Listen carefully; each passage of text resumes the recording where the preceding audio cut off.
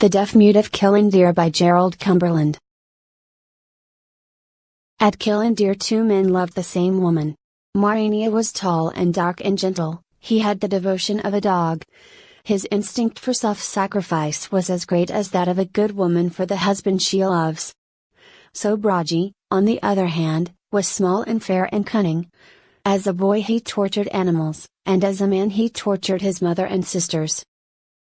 The name of the woman was Pabaska. She was very dainty and pretty, and her cheeks were like red poppies seen in the half-light. But she was also very evil. It was Sobraji whom Pabaska loved, but Sobraji was poor. Marinia, on the other hand, owned land and cattle. "If I am careful," said Pabaska to herself one evening, as she sat outside her mother's cottage, "if I am careful, I can have both Sobraji's love and Marinia's money. It has been done before, I have seen it." This thought had lain broodingly in her mind for weeks. But she had spoken of it to no one, not even to Sobraji. And yet if she were to carry her plan into effect, Sobraji was the one man in all the world who must be told. It was time something was done, for the ardent love of the two men was wearing her down. Only this morning she had received another of Marinia's strange letters. She could remember some of its phrases. "Last night I lay awake listening to a nightingale, your voice was in that bird's throat. The rushes bending in the wind this afternoon were like your supple body. I sometimes think your soul is in my hands." It was impossible not to be pleased by these phrases that her mean little soul could only half understand, but her pleasure was tinged with contempt. Sobraji did not make love in that way. He wrote no letters. When he met her at night he whispered amorous indecencies in her ear which made her laugh and laugh. Nearly every sentence began with, "How I would like to," and there was no end to the ingenious ways of love his cunning mind devised. But she had kept her body untouched by both men. Though love was heady and intoxicating, she was too calculating, too distrustful, to give her body, when the time came, her body should be sold. But Sobraji had begun to demand, and Marinia to pray for, an answer to the question each had put so many times. It was tiresome, she thought, to be driven to speech when she was not ready for speech. If Sobraji came tonight, she would have to tell him her plan. He did come. It was dark. He crept among the bushes, and she heard him. Then, stealthily, he emerged from the plantation and touched her on the shoulder. His hand slid down her arm to her hip and lingered there.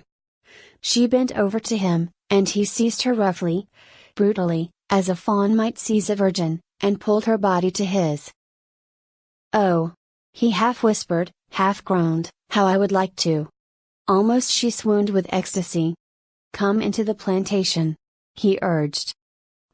She obeyed, and when they were among the trees, he seized her so savagely that she turned upon him with fear and anger. "What are you doing?" she asked, placing her hands on his shoulders and pushing him violently away. "Well, you won't marry me," he protested. "What is a man to do if the girl he loves won't marry him? It isn't as though you don't love me, you do, you know you do." "If I married you, I should starve," she said, "or, at all events, I should have to work so hard that I should have no joy in you. Listen while I tell you something." And then in a very low voice she revealed her plan to him. "I will be Marinia's wife, but you shall be my lover. We will meet in secret. And some of the money he gives me I will hand over to you." She spoke for a long time, her voice excited but very low, urging upon him the advantages of this scheme.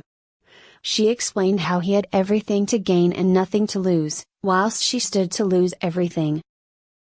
"But if he found out," interrupted Sobraji, "he would kill me. Surely he would kill me." Pabaska stirred angrily in his arms. "You must risk that," she said disgustedly, though she knew very well that Marinia was too gentle, too long-suffering, and too profound a believer in fate, to wish to kill anyone. "When will you marry him?" he asked. "Soon. Now. In a fortnight." "Very well," said he, "then let me love you now." But she drew away from him, pushing him back with her white arms. "Your beautiful teeth, how white they are," he said, "and I can almost see your white breasts through your—" "Hush!" she warned, as she heard footsteps on the pathway leading to the cottage. "It is Marinia. I will go to him and tell him I love him and will marry him." So Braji lingered a minute after she had gone, his body ate tremble with desire. Then, in the dark, he parted the bushes with his hands and went his own way. Marinia met Pabaska with a smile that could be seen even in the darkness. He took her hand in his for a moment and patted it gently. "Though I cannot see you," he said, "I know you are as beautiful as the night itself." He led her down the pathway onto the ill-made road. Embarrassed, she remained silent. "Listen," he said, "that's the nightingale I heard last night. I'm sure it is, the one I wrote to you about. Did you like my letter?" "Oh, yes, of course I did. But what did you mean when you said my voice was in its throat?" "Well, as I lay in bed, it was so easy to imagine that it was you singing." "But I never sing." "No? But if you did, you would sing like that. Listen." They stopped walking, and he placed his hand upon her shoulder. "When I think of you, that's how my heart feels," he said. "All people must be happy when they think of you." "Marinia, you think too well of me," she said craftily.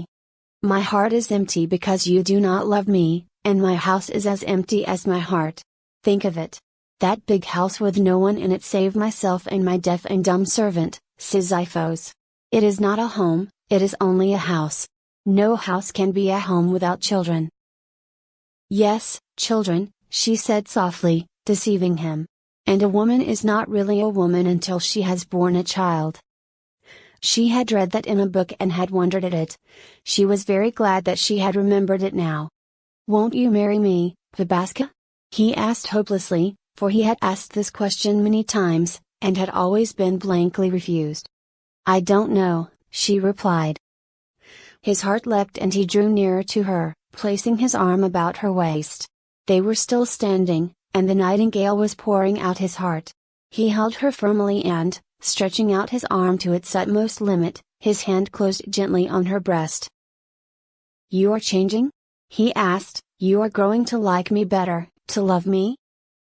Her body yielded to his embrace and she turned to face him. "Kiss me, Marinia," she said, panting a little, and pouting her lips. But he kissed her brow instead of her mouth. A wave of irritation passed over her. "You do not love me," she said. "Not love you, little dear?" He held her away from him for a few moments, looking inquiringly into her face, but she closed her eyes and set her mouth. How stupid he is! She thought.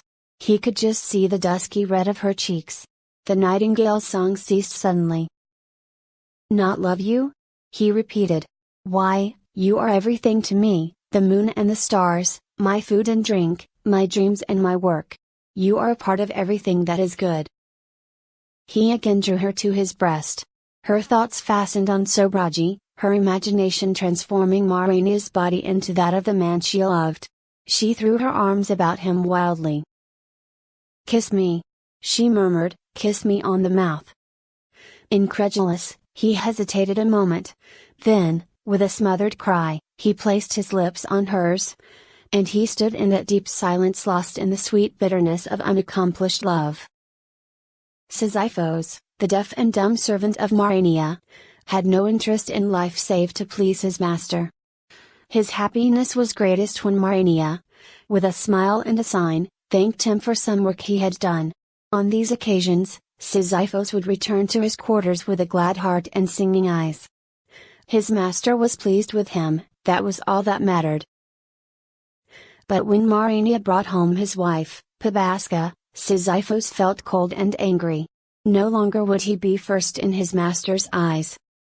The work in which he took so much delight would be done not for Marinia alone, but for Marinia's wife also. Moreover, Pabaska herself would superintend the working of the household, and he, Sisyphos, would be relegated to the position simply of a paid servant. But matters did not turn out quite as Sisyphos had anticipated. It is true that he had to work for Pabaska as well as for his master, But he was mistaken in thinking she would superintend the household. Pabaska did nothing at all. She conducted herself like a Salonika lady. All day long she was idle and peevish, and whilst Marinia was sweating in the fields she was either lying in bed or wandering aimlessly about the house. One day when Sisyphos was working with the other men in the orchard, he looked down from the ladder on which he was standing and saw Pabaska staring at him in a most curious manner. He flushed hotly and went on with his work, and though he could feel that his master's wife was still gazing upon him, he did not look down again. His figure stretched to its full extent was that of a giant, and his long arms, busy among the branches, were brown and muscular. Like many people of bright intellect who are deprived of one or more senses, Sisyphos appeared to possess a sixth sense, and there was little that transpired in Marinia's household of which he was not conscious. He soon discovered that Pabaska had no love for her husband, so he watched her, always watched, suspicious, contemptuous, angry. There came a day when Marinia announced that he was going to Salonika for 4 days on business.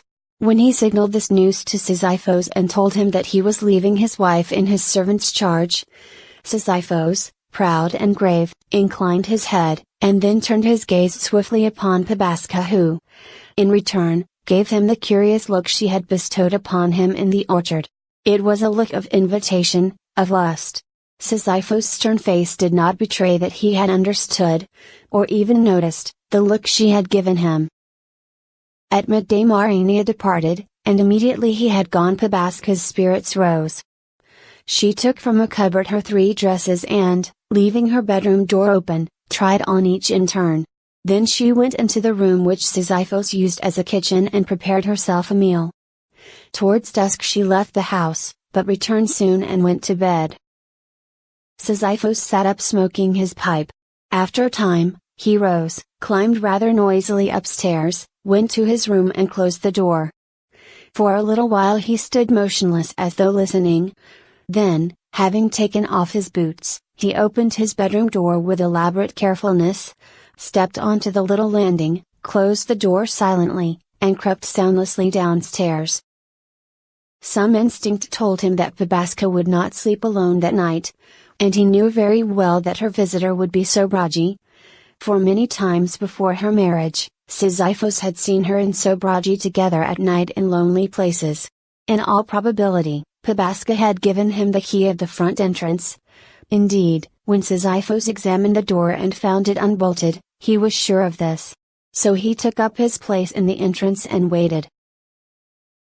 After Sisyphos had waited a long time, the door opened slowly and Sobraji entered. In the darkness he did not see Marinia's servant crouching there, and without hurry he closed the door behind him and locked it.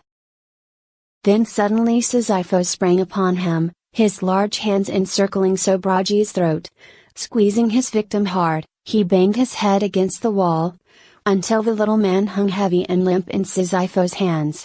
Then the servant unlocked the door and opened it. Gathering Sobraji in his arms, he threw him out into the night and locked the door upon him. During his struggle with Sobraji, Sisyphos had been too excited to pay any attention to Pabaska, who, almost as soon as the struggle had begun, had come downstairs with a lamp. She had stood quietly by watching eagerly. It was too late for her to interrupt, indeed. After her first shock of surprise and dismay, she had no wish to do so. She was thrilled by Sisyphos' strength, by his skill, by his machine-like calmness. Sisyphos, having locked the door, turned round and saw Pabaska. The light of the lamp fell full on her face, and she smiled at him. In return, he frowned, looked away from her, and quickly made his way upstairs. He entered his room and closed his door. Almost immediately Pabaska followed him, and placed the lamp upon the floor. Approaching Sisyphos, she took his hand, gazed lingeringly into his eyes for a moment. He shook himself free from her, and his eyes blazed. Again she approached him, her arms outstretched, but his anger became so fierce and his face worked so terribly, that she shrank from him, and, leaving the lamp on the floor, hurriedly went to her own room. During the days that passed before Marinia's return, Sisyphos went about his work with a grave face. Whenever he was in Pabaska's presence, he averted his eyes. Each night when he went to rest, she could hear him dragging his bed across the floor and fixing it against the door. His simple nature was badly bruised by what had happened. He had always known that life was not all good, but evil had never come so close to him as now. All through the day and during a portion of each night he tortured himself by asking how much, or how little, he must tell his master when he returned. Clearly it was his duty to disclose to Marinia the conduct of Sobraji. But it seemed to him unwise to tell the story in such a way that Pabaska would be implicated. Besides, he had no proof that Pabaska had expected Sobraji to visit her, though in his heart he knew that an assignation had been made and nearly kept.